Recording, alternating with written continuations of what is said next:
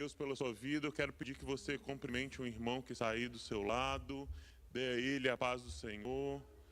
Glória a Deus. Fala que bom estarmos aqui na presença do Senhor. Glória a Deus. Deus é bom. Irmãos, nesse movimento eu queria conhecer, existe aqui no nosso meio alguém que esteja nos visitando pela primeira ou pela segunda vez? Levanta o seu braço assim, mas levanta alto para a gente poder ver. Tem alguém que nos visita pela primeira ou pela segunda vez? Não, somos todos de casa, o irmão aqui na frente, de Nova Venécia. Deus abençoe a sua vida. Está aqui conosco o pastor Cristiano e toda uma equipe dele aqui da Igreja Rema, uma igreja que tem caminhado conosco em aliança, pastores que estão aqui sendo pastoreados, mentoreados, cuidados e também contribuindo conosco, junto com o pastor Leandro, junto com o pastor Jabes. Deus abençoe a sua vida, Deus abençoe a casa de vocês. É muito bom ter vocês conosco. Uma salva de palmas ao Senhor na vida deles. Os irmãos podem tomar o lugar, feche seus olhos, nós vamos orar. Deus, nós somos gratos ao Senhor, Deus, por aquilo que o Senhor está fazendo aqui nesse lugar, por aquilo que o Senhor está fazendo na nossa vida. Nós queremos, Deus, colocar diante do Senhor o nosso coração, nós queremos colocar diante do Senhor a nossa mente, os nossos olhos, os nossos ouvidos, Deus. Nós queremos te entregar a nossa adoração através da atenção. Nós queremos te entregar, Deus, a nossa vida. Pedimos, Pai, que o Senhor, apesar de mim, fale conosco aqui nessa manhã. Eu te peço em nome de Jesus. Amém. Irmãos, nós já sabemos, os irmãos já acompanham, nós estamos numa série que se chama Descobrindo os Mistérios do Reino. É uma série onde nós estamos falando sobre as parábolas de Jesus.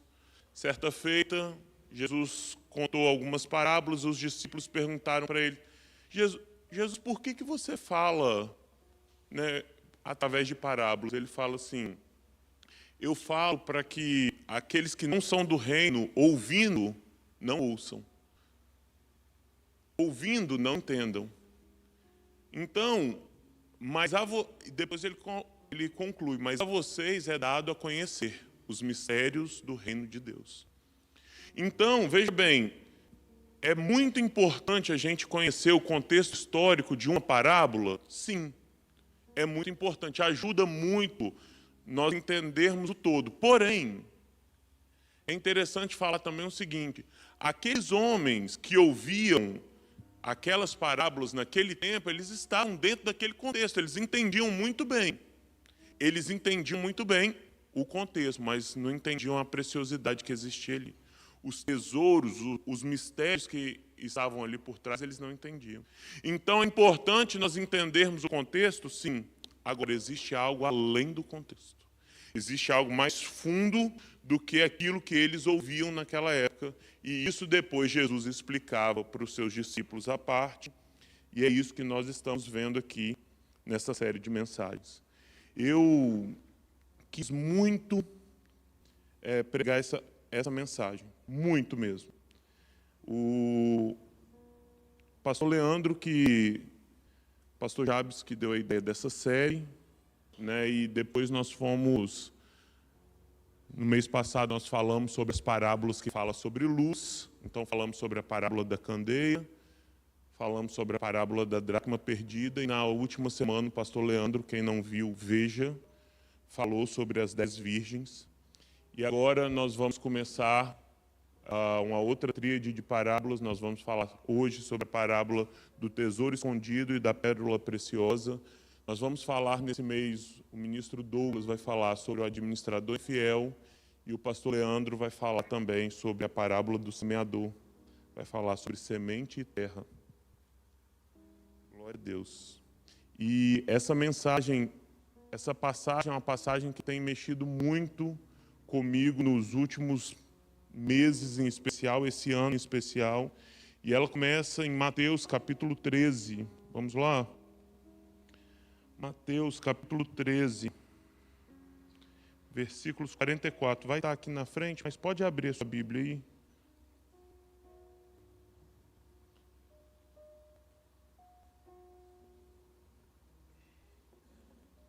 Os irmãos já sabem, e eu vou frisar novamente, quando eu falo, normalmente nós lemos muitos textos bíblicos, e hoje provavelmente será assim, e eu quero pedir aos irmãos que, se não conseguirem acompanhar, que os irmãos anotem, tá bom? Quem quiser. Vamos lá? Mateus capítulo 13, a partir do versículo 44, nós vamos até o 46. Fala assim: o reino dos céus é como um tesouro. Primeira coisa, o reino dos céus. Mateus está escrevendo para os judeus. E os judeus têm uma dificuldade com ficar ouvindo a palavra Deus sendo falada repetidamente dentro de um contexto que não seja de adoração direta ao Senhor. Então, ele vai trocar aqui a expressão Deus pela expressão céus. Então, no livro de Mateus, você vai achar muito isso. Vamos lá de novo. O reino dos céus é como um tesouro escondido num campo. Certo homem, tendo encontrado, escondeu de novo e então, cheio de alegria, foi, vendeu tudo o que tinha e comprou aquele campo. O reino dos céus também é como um negociante que procura pérolas preciosas. Encontrando uma pérola de grande valor, foi, vendeu tudo o que tinha e a comprou. Deus, aqui está a Tua palavra e nós somos dependentes, Deus, daquilo que o Senhor fala, daquilo que o Senhor quer comunicar. Eu peço, Deus, que o Senhor use a minha vida nessa manhã para ministrar o coração dos irmãos. Te peço isso em nome de Jesus. Amém. Depois de ensinar sobre a parábola do joio, do grão de mostarda e do fermento, Jesus começa uma sequência de duas parábolas, que é a do tesouro e que é a da pérola, do tesouro escondido e da pérola. Embora sejam curtas, elas possuem um impacto profundo. O valor do reino dos céus é tão extraordinário que toda renúncia feita por causa do reino jamais será contabilizado como perda. Antes, é um ganho eterno. O pastor Cristiano falou sobre isso, inclusive. O texto começa falando o reino dos céus, que é a mesma coisa do reino de Deus. Eu queria falar o seguinte: Jesus está ensinando sobre o reino de Deus. O que é o reino de Deus? O reino de Deus é o lugar onde a vontade dele é feita, onde o governo dele é o que é estabelecido. O reino de Deus é o lugar que você entra, onde você deixa a sua vontade e passa a fazer a vontade do rei do reino. Então, o que Jesus está falando aqui? Jesus está ensinando sobre o valor do governo de Deus para nós. O valor do reino para nós. E o reino é onde a vontade do rei, é onde o domínio do rei é feito. E aí ele vai comparar o reino a duas situações muito cotidianas daquela época. Uma é um homem que estava andando e encontrou um tesouro em um campo. E naquela época, no primeiro século ali, não era comum ter bancos, muitos bancos, tinham alguns, mas não era comum. Então era comum que as pessoas tinham um campo, elas iam sair para fazer uma viagem, elas iam sair para uma situação de guerra, ia sair, enfim, para qualquer coisa, ou somente queriam guardar mesmo. Elas escavavam um buraco e guardavam o que ela tinha de tesouro ali naquele campo. Isso era uma situação muito comum no primeiro século. Só que também era comum ele nunca falar para ninguém onde estava, morrer e aquele tesouro ficar ali esquecido. Um dia, alguém, por algum motivo, escavava algo do tipo e encontrava um tesouro aleatoriamente. Isso era uma coisa comum no primeiro século. Na verdade, isso foi comum durante muitos anos. Existiam muitos lugares, ainda existem até hoje, lugares onde as pessoas sabem que existia ali alguma cidade foi soterrada, e elas vão para aqueles lugares escavar, tentar achar tesouros ali escondidos. Uma outra situação, que é a segunda parábola, fala sobre a pérola. E pérola, na questão do primeiro século ali, no contexto histórico do primeiro século, era um tesouro que te dava notoriedade. Era como se fosse um anel de diamantes hoje, talvez, algo de muito valor que para o grego, para o romano, para o judeu denotava importância. Então eram comuns pessoas que negociavam pérolas ali, pessoas que tinham uma situação financeira melhor, né?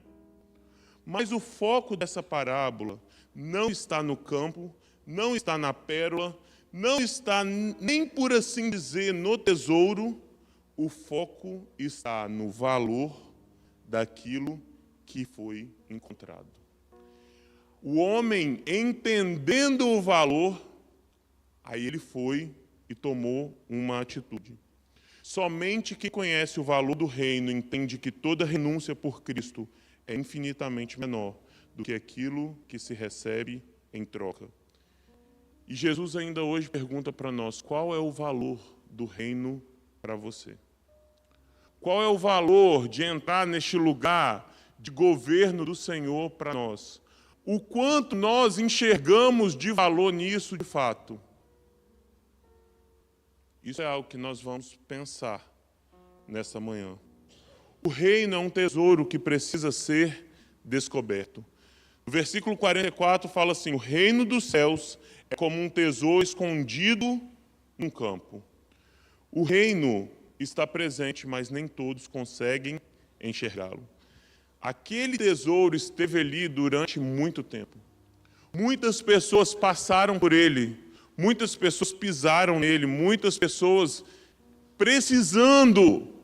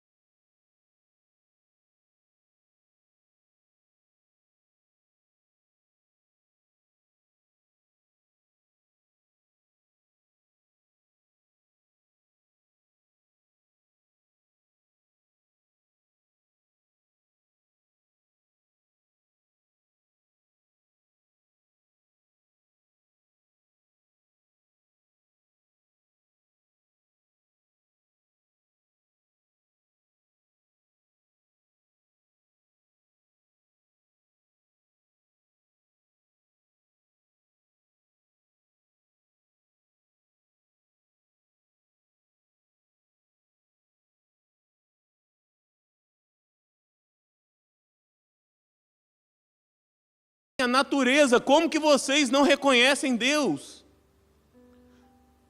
Às vezes, para nós, isso é tão comum. Romanos capítulo 1, a partir do versículo 21 lá, depois você vai ver. Um dos problemas da humanidade é que nós vemos a criação de Deus e não reconhecemos, nem queremos dar glória a Deus. Antes vamos inventando lá a teoria da teoria, queremos explicar aquilo que Deus fez como se Ele não tivesse feito. Queremos dar uma explicação lógica para aquilo que é sobrenatural. Deixa eu te falar, Deus não cabe dentro da nossa lógica. Ponto. A ciência nunca vai compreender Deus, no seu sentido literal de colocar dentro. Deus não cabe dentro da ciência, Deus não cabe dentro da teologia, Deus não cabe em lugar nenhum. A eternidade também não compreende Deus, Ele é soberano sobre todas as coisas.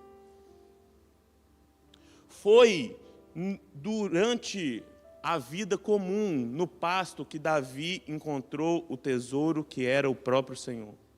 Foi andando até no dia a dia ali de perseguição que Saulo teve um encontro com Jesus. Foi pescando no mar que Pedro teve um encontro com Jesus. Mateus estava na coletoria, ou seja, ele estava trabalhando, teve um encontro com Jesus. Os maiores encontros com Deus normalmente acontecem quando menos esperamos. Esses transformam toda a nossa vida. Mas descobrir o reino, descobrir o tesouro, na verdade, é apenas o começo. A verdadeira transformação acontece quando entendemos o quanto ele realmente vale. Nós temos, e isso aqui é o que serve para a maioria de nós agora. Muitas vezes nós dizemos já ter encontrado o tesouro. Muitas vezes nós já estamos até dentro do reino mesmo. Nós só não entendemos o valor que isso tem. Porém, enquanto nós não entendemos, nós continuamos uma vida de negociar com Deus. E eu vou falar um pouco mais sobre isso, talvez, ali para frente. Quem descobre o verdadeiro valor do reino muda todas as suas prioridades. O versículo 44, a parte B, fala assim: cheio de alegria, ele foi, vendeu tudo o que tinha e comprou aquele campo. Eu já falei para os irmãos isso aqui, vou falar novamente. Eu sempre tive problema com essa parábola. Sempre. Porque eu, durante muito tempo na minha vida, trabalhei também, até hoje faço isso, comprando e vendendo. Trabalhei negociando. Então, minha grande dúvida era assim: Jesus está reforçando aqui uma prática comercial ruim.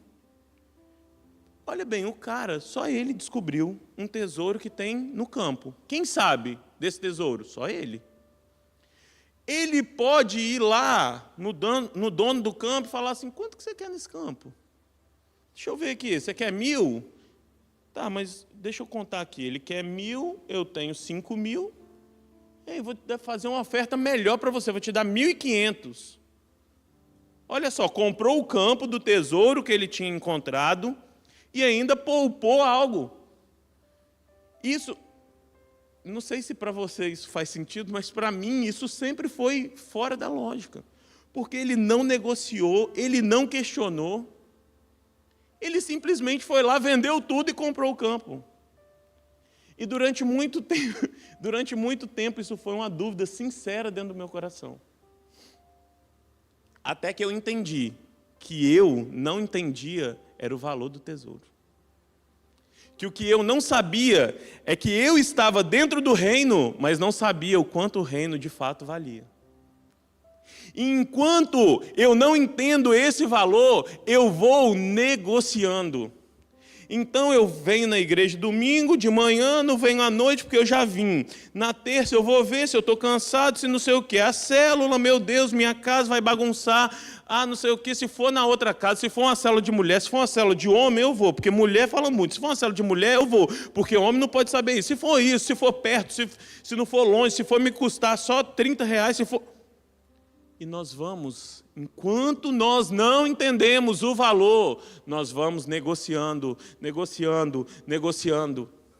Por quê? Porque nós não entendemos o valor. Agora, esse homem teve uma capacidade incrível. Ele reconheceu o valor e falou assim: tudo que eu tenho não se compara com isso aqui. Não faz diferença se eu tiver alguma coisa fora ou não. Eu preciso. Isso aqui muda toda a escala de valores da minha vida. A minha pergunta é se nós entendemos o valor do reino de fato. Estou vendo aqui algumas mulheres, e até homens também que ajudaram aqui, mas eu estou vendo algumas mulheres que estiveram aqui ontem. Glória a Deus pela vida de vocês, minhas irmãs. Entenderam o valor. Toda renúncia. Ontem as meninas saíram daqui 11 horas da noite, deve ter ido dormir meia-noite. E sono é algo que Deus manda, descanso é algo que Deus deu para a gente, é valoroso, é valioso. Mas às vezes,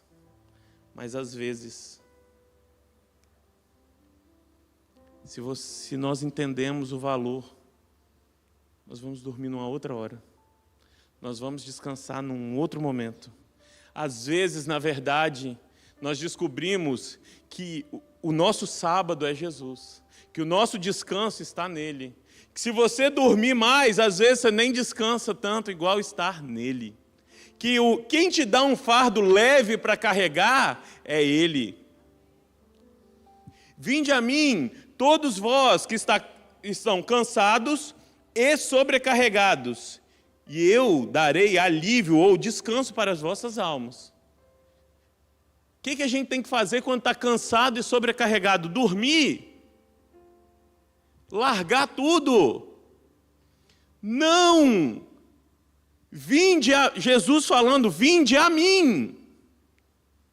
Ele pode até falar assim para nós, larga tudo. E aí você vai e larga. Por quê? Porque ele mandou.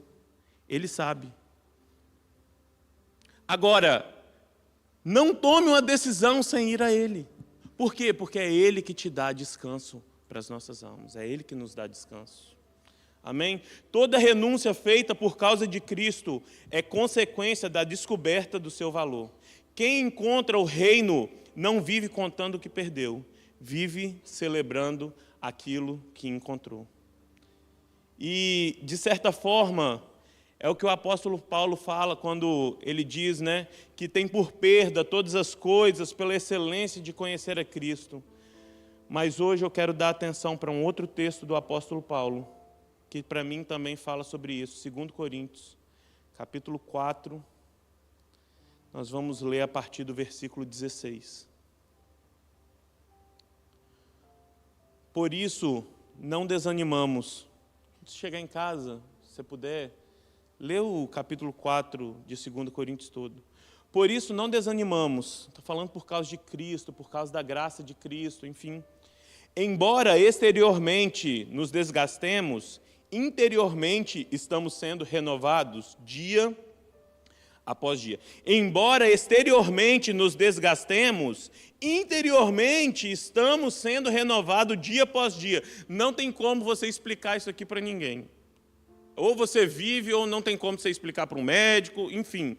Versículo 17. Pois os nossos sofrimentos leves e momentâneos produzem para nós uma glória eterna que pesa mais do que todos eles. Assim, fixamos os olhos naquilo que não se vê. Fixamos os olhos não naquilo que se vê, mas no que não se vê. Como você fixa os olhos no que não se vê? Eu tenho meditado bastante sobre isso. Pois o que se vê é transitório, mas o que não se vê é eterno. Esse texto, irmãos, tem falado muito comigo nos últimos 4, 5 meses, assim. E onde eu vou falar, eu encaixo ele. Fui dar uma aula lá para o Timothy, para os jovens ali, coloquei ele no texto. Fui falar na escola profética, coloquei ele. Fui pregar lá na IEB Interlagos, o Gabriel esteve lá comigo, coloquei ele. É um texto que tem falado muito comigo. O apóstolo Paulo, escrevendo essa carta, ele vai falar que os nossos sofrimentos leves e momentâneos. Que sofrimentos eram esses? Leves e momentâneos. Aqui ele não fala, mas no capítulo 11 dessa mesma carta, segunda carta aos Coríntios, do capítulo 23 a 28, ele vai falar. Ele fala assim: fui encarcerado mais vezes, fui açoitado mais severamente e exposto à morte repetidas vezes. 5 vezes recebi dos judeus 39 açoites, ou 40 menos 1. 3 vezes fui golpeado com varas, 1 vez apedrejado, 3 vezes sofri naufrágio. Passei uma noite e um dia como náufrago em alto mar. Leves e momentâneos sofrimentos. Ok? Eu não classificaria isso aqui como leve. Estive continuamente viajando de uma parte a outra, enfrentando perigo nos rios, perigo de assaltantes, perigos entre os meus compatriotas, perigos entre gentios. Trabalhei arduamente, muitas vezes fiquei sem dormir, passei fome e sede, e muitas vezes fiquei em jejum, suportei frio e nudez. Além disso, enfrento diariamente uma pressão interior, preocupando-me com todas as igrejas. Você classificaria isso aqui como sofrimento leve? Mas eu não acredito que o apóstolo Paulo escreveu algo que era uma mentira para ele.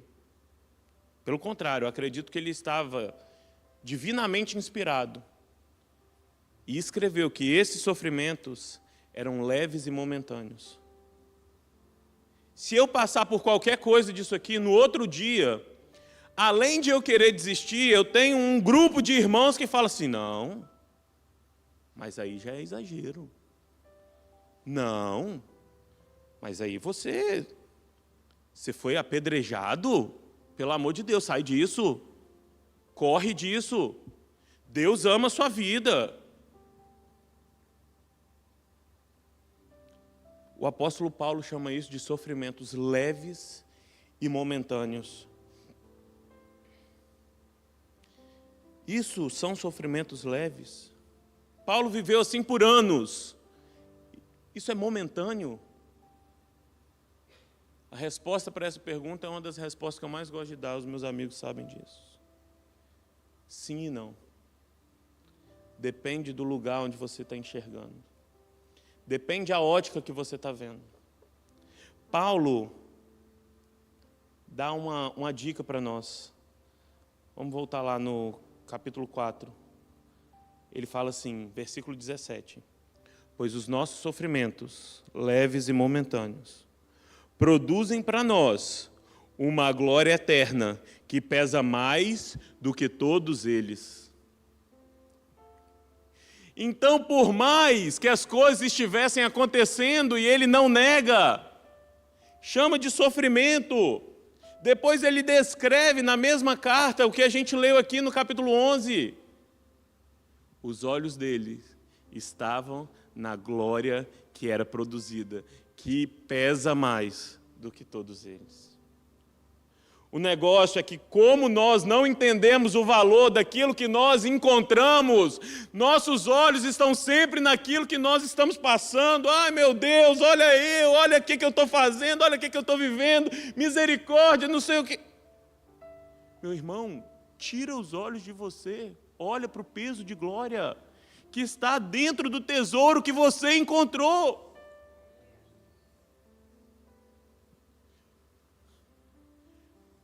Nós precisamos parar de ser crentes que querem melhorar a nossa vida.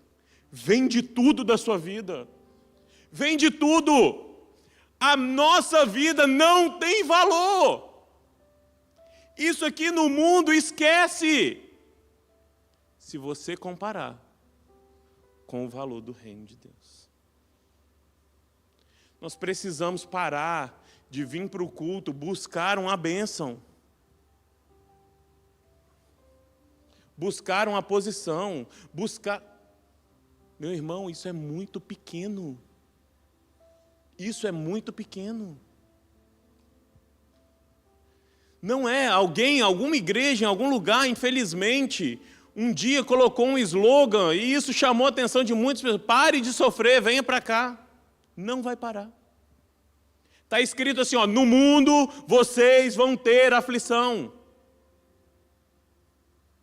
Mas tenham ânimo. Ele venceu o mundo. Então nele você pode encontrar vitória. Mas as aflições vão continuar. Enquanto você estiver aqui no mundo, vai ter aflição. Posso te dar uma dica? Quer se livrar desse peso da aflição? Olha para o peso de glória que ela pode produzir dentro do reino. Entenda o valor do reino. Eu coloquei aqui uma analogia que era mais ou menos assim. Imagine que alguém lhe dissesse, você precisará sentir uma dor intensa durante 1 segundo, mas quando esse segundo terminar, você receberá R$1 trilhão por todos os dias da sua vida. Você nunca mais adoecerá, nunca perderá alguém, nunca envelhecerá, nunca ficará triste e nunca poderá perder essa herança.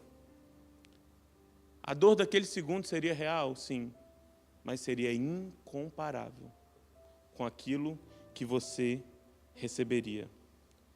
Um dia alguém poderia até te perguntar assim, e aquele segundo de dor, depois de 30 anos, você fala assim, que segundo? Nem lembro disso. Olha aqui toda a minha família, olha aqui tudo. Essa comparação ainda é pequena. Mas talvez os nossos olhos estejam tão voltados para 1 segundo de dor, ou para 1 segundo de esforço, ou para 1 segundo. Meus irmãos, 80, 90, 100 anos não é nada comparado com a eternidade, nada. Só que eu não consigo entender isso se eu não olhar para a eternidade. A aflição é uma gota, a glória é um oceano infinito.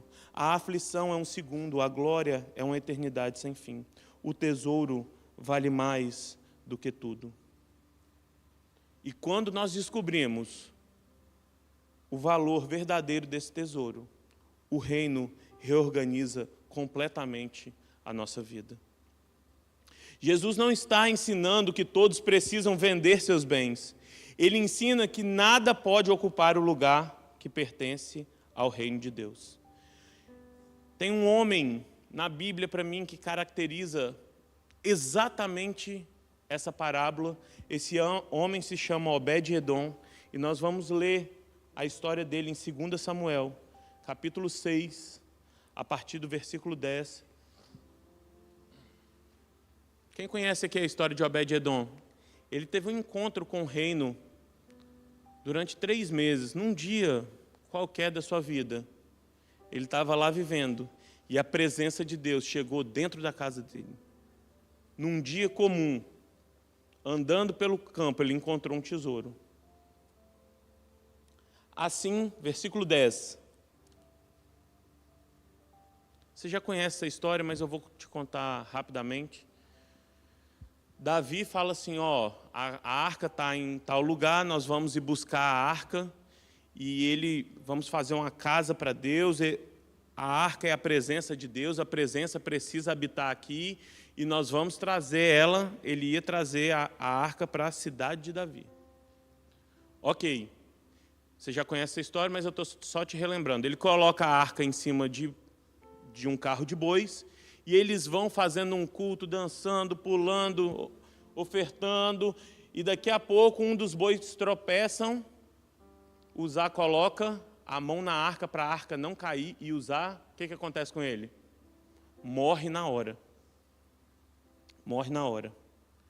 Versículo 10. Assim, Davi não quis levar a arca do Senhor para ficar com ele na cidade de Davi. Em vez disso, levou-o para a casa de Obed-Edom, o giteu. A arca do Senhor ficou na casa de Obed-Edom, o giteu, por quanto tempo? Por 3 meses. E o Senhor o abençoou e a toda a sua família. Disseram ao rei Davi, versículo 12, disseram ao rei Davi: o Senhor tem abençoado a família de Obed-edom e tudo o que ele possui por causa da arca de Deus. Então Davi, com grande festa, foi à casa de Obed-edom e ordenou que levasse a arca de Deus para a cidade de Davi. Irmãos, vamos analisar essa situação aqui. Obed-edom está ali vivendo a vida dele, como eu disse, e de repente, a presença de Deus, a arca de Deus entra dentro da casa dele. E a Bíblia diz que o Senhor o abençoou. E essa palavra abençoou aqui é a palavra Barak. Eu coloquei até um slide ali que é o seguinte: o sentido básico de Barak é conceder favor divino que produz prosperidade, bem-estar, fecundidade, proteção e sucesso. Então, durante 3 meses, ele começou a ser abençoado, não só ele, como toda a sua família, mas muito, muito, muito. E ele foi crescendo em 3 meses. Em 3 meses, ele sabia que era por causa do quê? Da arca de Deus. Não só ele sabia, como quem foi falar com o rei também sabia, todo mundo sabia que era por causa da presença de Deus. Ok? Beleza. Ele foi crescendo tanto, que esse assunto chegou aonde? Lá no rei. Só que eu estou fazendo isso para você entender o tanto que ele foi abençoado. Se a gente ler os versículos de 8 a 10 desse texto de 2 Samuel capítulo 6, vai falar assim: Davi ficou irado porque o Senhor havia atacado Uzá.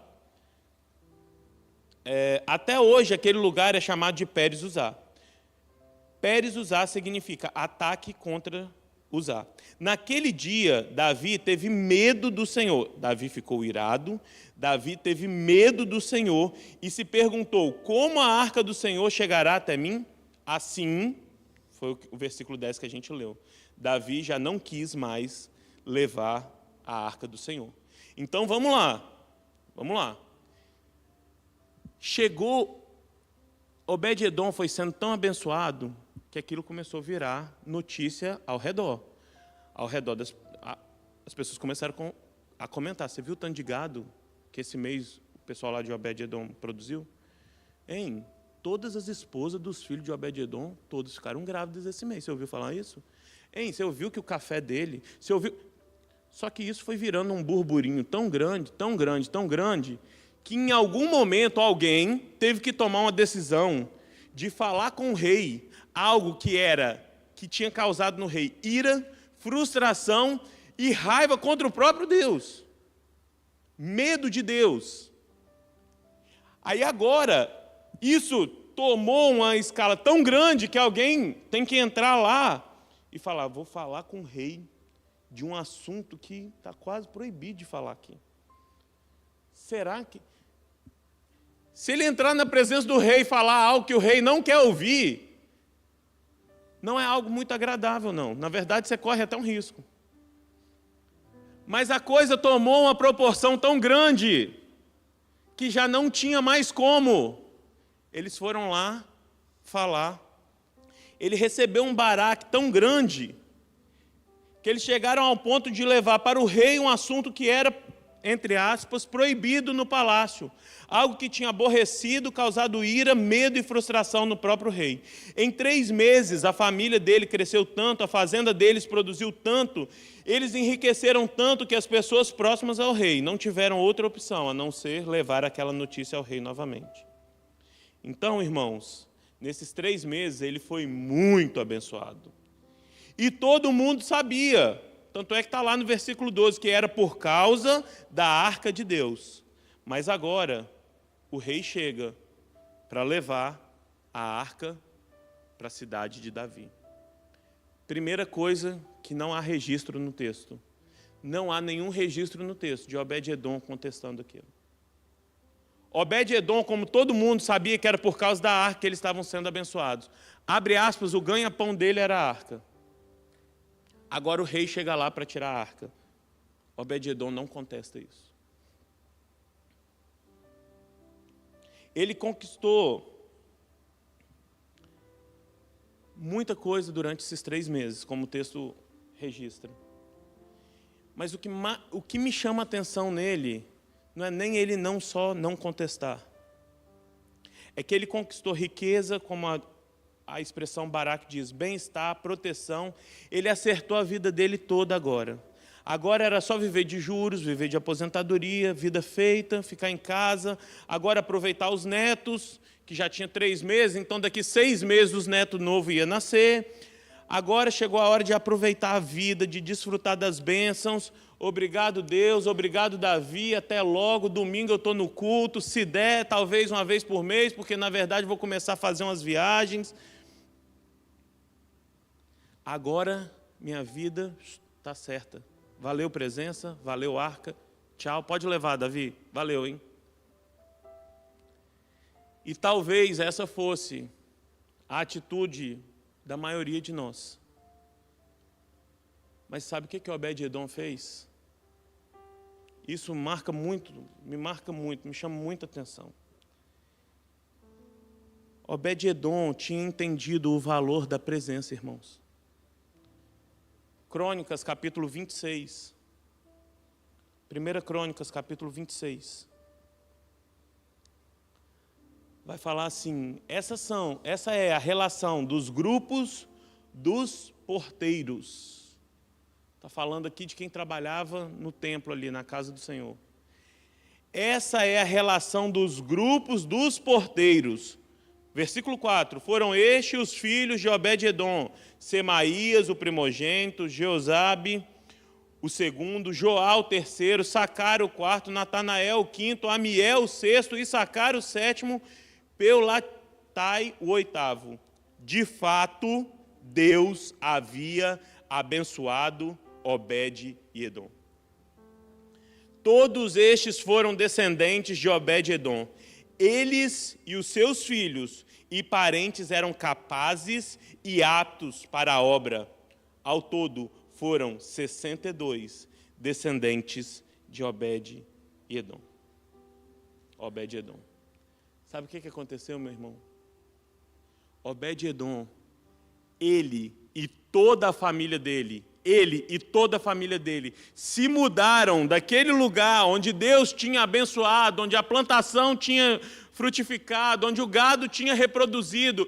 Eles deixaram tudo aquilo lá. Eles viraram porteiros da casa de Deus.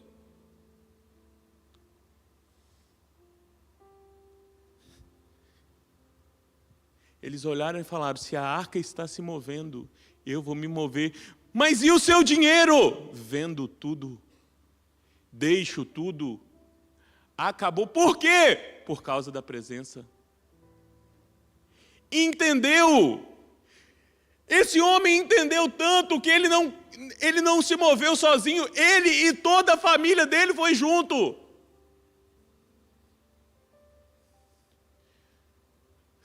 Às vezes a gente luta para um filho nosso ficar dentro da igreja. Meu Deus, meio lá, meio cá, meio não sei o quê. Meus irmãos, nós vivemos uma vida negociando com o reino. É natural que eles negociem também. Nós nos tornamos bons negociantes dos valores de Cristo.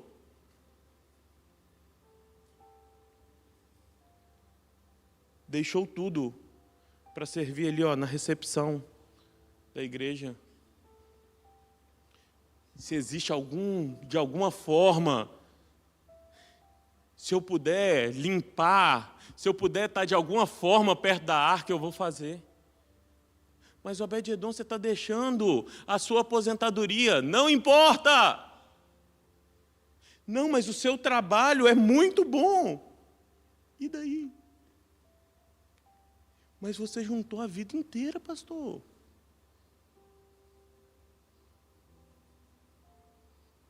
Não é à toa. Talvez eu fale o nome errado aqui, mas Obed-Edom é da família dos coraitas, eu nunca lembro. Vamos abrir lá. 1 Crônicas, capítulo 26, vou falar certinho.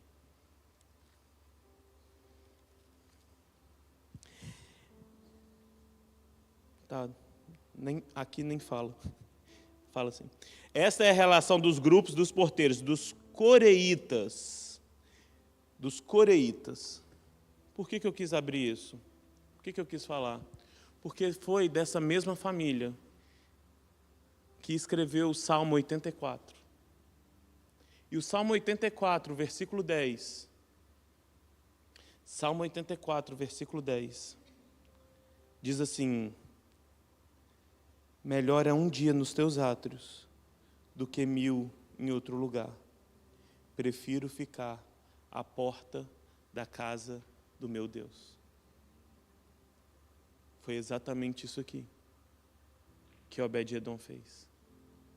Deixou tudo para ficar às portas. Por quê? Porque entendeu o valor do reino. E quando nós entendemos o verdadeiro valor do reino, isso muda completamente a nossa vida. Reorganiza toda a nossa escala de valores.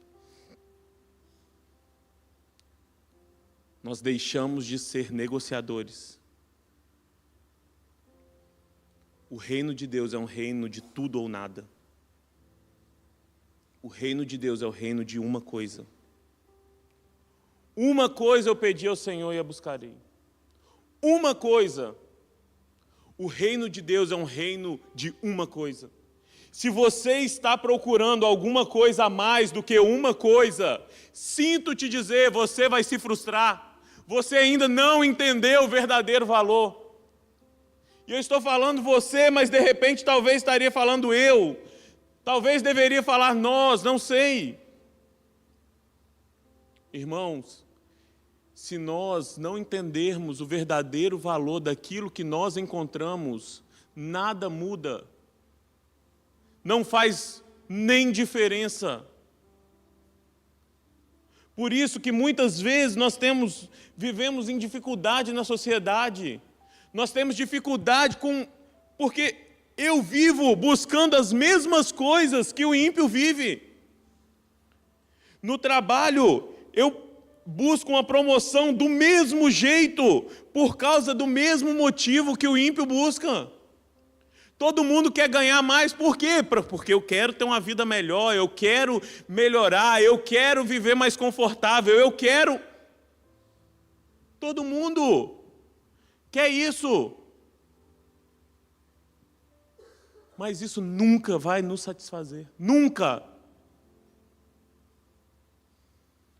Nós, irmãos, que estamos no reino, nós já encontramos, nós já estamos, o apóstolo Paulo fala que Deus já nos abençoou com todas as bênçãos nas regiões celestiais. Não faz sentido você buscar uma bênção que você já recebeu, a não ser que você não entenda que tenha recebido. A não ser que você não entenda onde nós estamos. A não ser que nós estamos olhando só para nós mesmos. A não ser que os nossos olhos estão fixados só em nós mesmos. A não ser que, ao contrário daquilo que o apóstolo Paulo fala, os nossos olhos estejam fixados nas coisas que se veem. Porque essas coisas realmente, elas perdem o valor, elas desgastam, elas vão acabando. Mas o que não se vê é eterno. E nós precisamos, irmãos, nós precisamos viver uma vida de tudo ou nada. Nós não tem mais espaço, não tem mais espaço, até porque não faz nem sentido.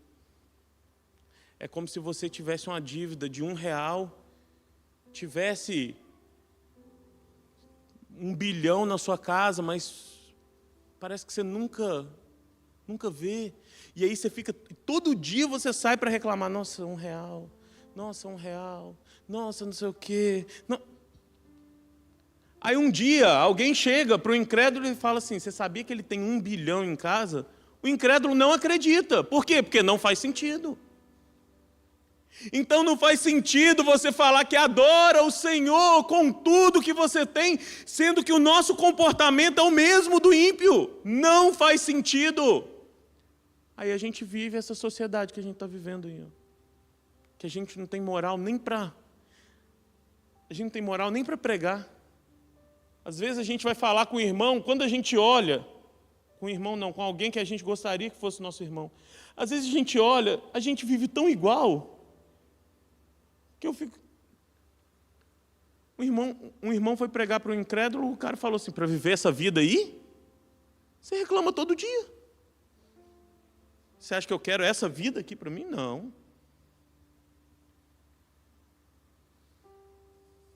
Irmãos, nós precisamos entender e viver como quem entendeu o valor do reino.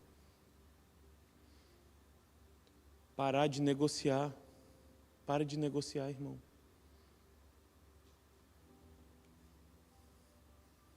Um dia, enfim, não faz diferença se vai ter 10 ou se vai ter 10 mil. Para. Ah, não vou vir no culto de terça-feira, que vai ser um culto de missões especial aqui, nessa próxima terça. Porque, eu trabalho até 5h30. Aí também não é aquele culto que dá 1.000 pessoas aqui. Então, não sei o quê. Talvez o pastor nem vai, o pastor não vai me ver. Então, por que eu vou? Não, vou descansar. E o pior, você nem descansa. Na verdade, você vai se entreter com aquilo que você quer desligar o seu cérebro.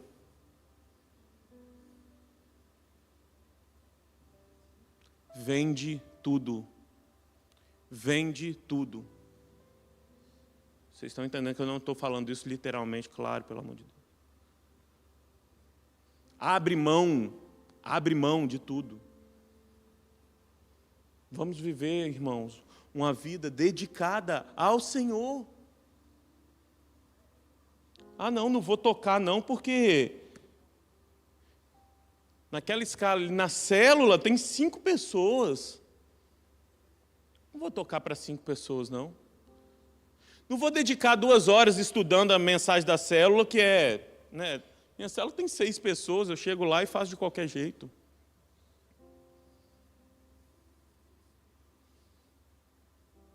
Irmãos,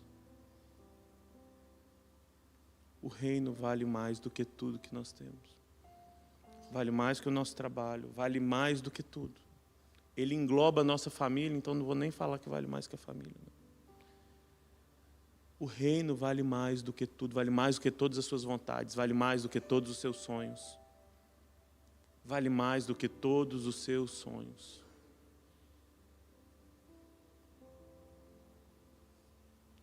Um homem encontrou um tesouro num campo, ele escondeu com alegria.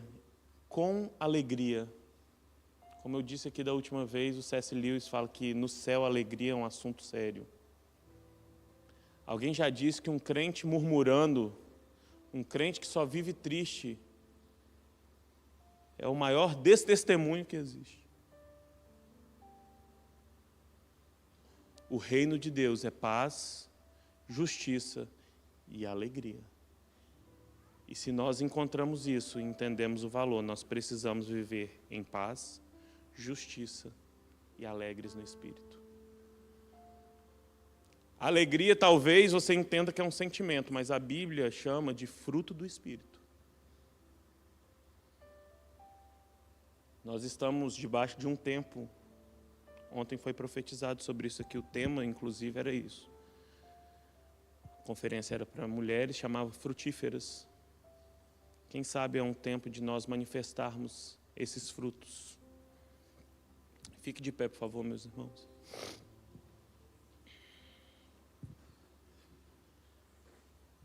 Vou fazer uma oração. Em seguida, o pastor Jabes vai estar aqui conosco. Feche seus olhos. Faça uma oração ao Senhor. Deus, nós queremos viver para o Senhor, Deus. Nós queremos entender o valor daquilo que o Senhor nos deixou encontrar.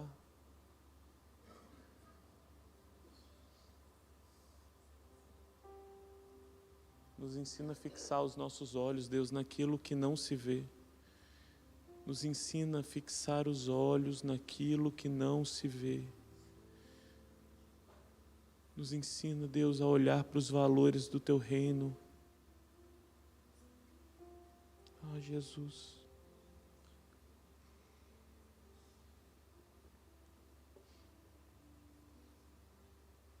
Nós não queremos ser negociantes do reino. Nós queremos ser servos do reino. Amigos do rei. O Senhor nos fez reis. Então nós queremos, como reis, servir ao Rei dos Reis. Vira, Deus, toda a nossa vida para o Senhor. Espírito Santo, nos ajuda. Nos ajuda. Acaba com as desculpas, acaba, Deus, com os jeitinhos, acaba com as manipulações.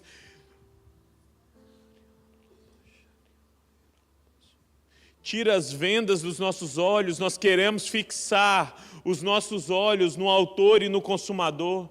Nós queremos fixar os nossos olhos em Ti, Jesus. Queremos resplandecer aquilo que está na Sua face. Queremos ser aqueles que estão radiantes. Os que olham para Ti, Jesus, estão radiantes. A Tua palavra diz, os que olham para Ti estão radiantes. Nos ensina a ser testemunhas do Senhor. Nós queremos dar tudo, Deus.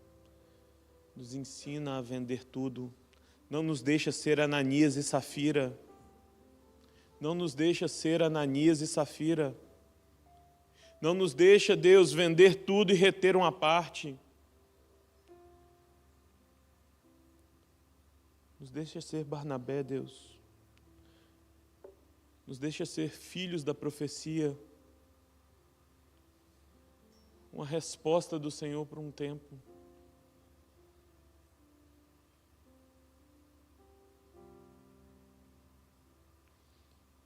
Não nos deixa ser, Deus, uma igreja que vem buscar os próprios interesses.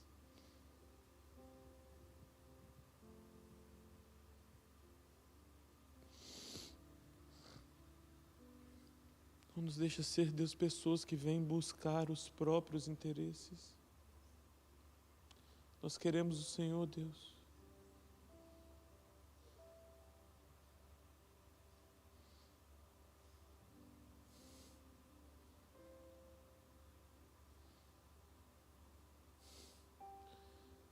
Nós não queremos, Deus, nós entendemos que Tua palavra diz em Hebreus que aqueles que se aproximam do Senhor, é necessário que creia no Senhor e que o Senhor é galardoador daqueles que Te buscam, e nós cremos nisso, mas nós nos aproximamos do Senhor por causa do galardoador e não por causa do galardão. Por causa do Senhor mesmo. O Senhor é a pérola que nós encontramos, Jesus. O Senhor é o tesouro que nós encontramos. Para onde nós poderíamos ir, Pai? Como nós estaríamos em outro lugar? O apóstolo Pedro responde muito bem isso. Só o Senhor tem palavras de vida eterna.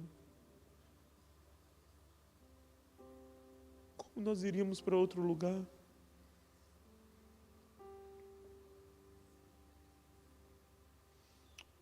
Jesus.